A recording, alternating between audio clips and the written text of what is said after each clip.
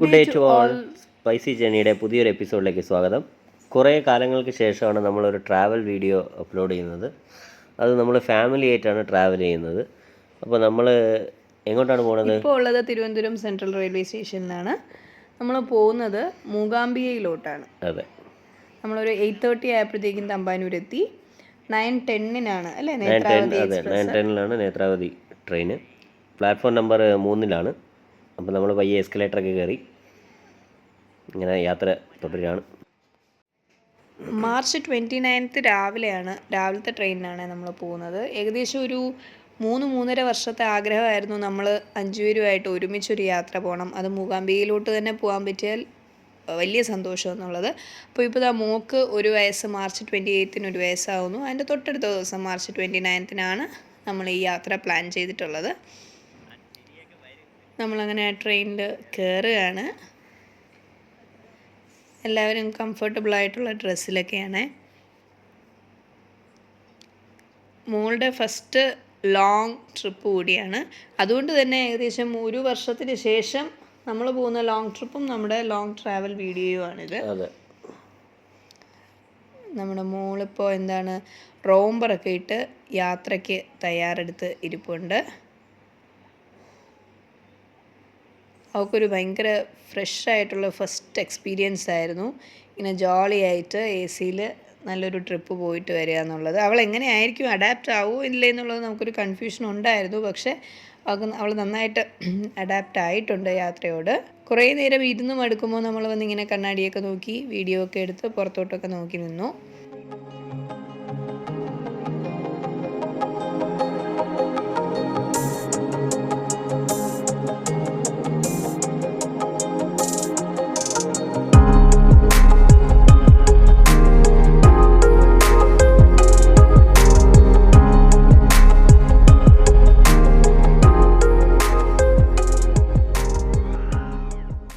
മോള് കുറേ നേരം അച്ഛൻ്റെ കയ്യിലും അപ്പൂപ്പൻ്റെ കയ്യിലും അമ്മൂമ്മയുടെ കയ്യിലും അമ്മയുടെ കയ്യിലും ഇപ്പോൾ മോളിൽ അമ്മാട്ടുവിൻ്റെ കയ്യിലും ഒക്കെ ആയിട്ട് യാത്ര അങ്ങ് എക്സ്പ്ലോർ ചെയ്യാണ്.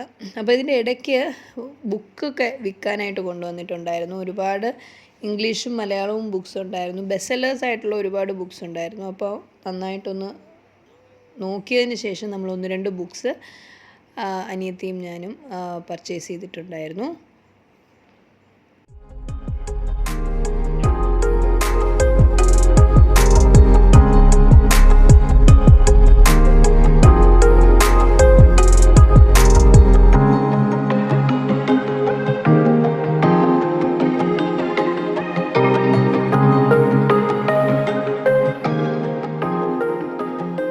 സമയം ഉച്ചയോടടുക്കുകയാണ്. ഒരു 11 മണിയൊക്കെ ആയപ്പോഴത്തേക്കും ഉച്ചഭക്ഷണത്തിനുള്ള ഓർഡർ എടുത്തിട്ട് പോയിട്ടുണ്ടായിരുന്നു.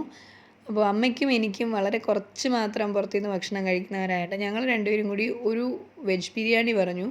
അപ്പോൾ ഒരു 3 ചിക്കൻ ബിരിയാണി, ഒരു വെജ് ബിരിയാണിയാണ് പറഞ്ഞത്. പക്ഷേ കൃത്യസമയത്തിനൊക്കെ ഫുഡ് വന്നു. 150 റുപ്പീസാണ് ചാർജ് ചെയ്തത്. പക്ഷേ പറയാതിരിക്കാൻ വയ്യ, അത്രയും ബോറ് ഫുഡായിരുന്നു. 2ഉം വെജും നോൺ വെജും അത്രയും ബോറായിട്ടുള്ള ബിരിയാണി ആയിരുന്നു. പിന്നെ നമ്മൾ വാങ്ങിച്ചത് കരുതിയിട്ട് കഴിയുന്നത്രയും കഴിച്ചു, ബാക്കി കളയുകയാണ് ചെയ്തത്.